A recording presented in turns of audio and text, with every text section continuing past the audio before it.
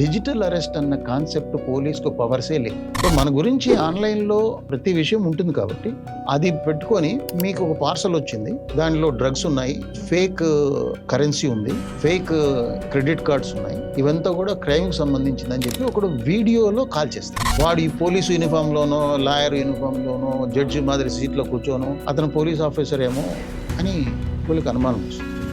మేము మిమ్మల్ని మీరు కూడా వీడియో ఆన్ చేయండి, మీరు ఆఫ్ చేస్తే మీ ఇంటికి వచ్చి అరెస్ట్ చేస్తాము, ఆఫ్ చేయకుండా దాని ఎదురుగానే కూర్చోండి అంటే ఇప్పుడు కూర్చోబెట్టేస్తారు. ఇట్లా 2 రోజులు 3 రోజులు కూర్చున్న వాళ్ళు కూడా ఉన్నారు. డిజిటల్ అరెస్ట్ అని దాన్ని వాళ్ళే పేరు పెట్టుకున్నారు. మేము మిమ్మల్ని డిజిటల్గా అరెస్ట్ చేసేస్తున్నాము.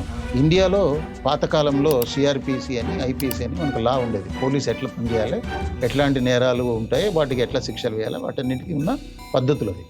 ఇప్పుడు కొత్తగా 3 యాక్ట్స్ మారాయి. సాక్ష్యానికి సంబంధించింది కానీ, ప్రొసీజర్కి సంబంధించింది కానీ, స్మృతికి సంబంధించిన కానీ యాక్ట్స్ అన్ని మరి ఎక్కడా కూడా పాత యాక్ట్స్ కానీ కొత్త యాక్ట్స్ కానీ దేంట్లో కూడా డిజిటల్ అరెస్ట్ అన్న కాన్సెప్ట్ పోలీస్కు పవర్సే లేదు. ఏ పోలీసు డిజిటల్ అరెస్ట్ చేయడానికే లేదు, ఇండియాలో కాదు వరల్డ్లో లేదు. చేస్తే వచ్చి ఫిజికల్గా అరెస్ట్ చేయాలంతే, వేరే అరెస్ట్ అన్న ముచ్చటే లేదు.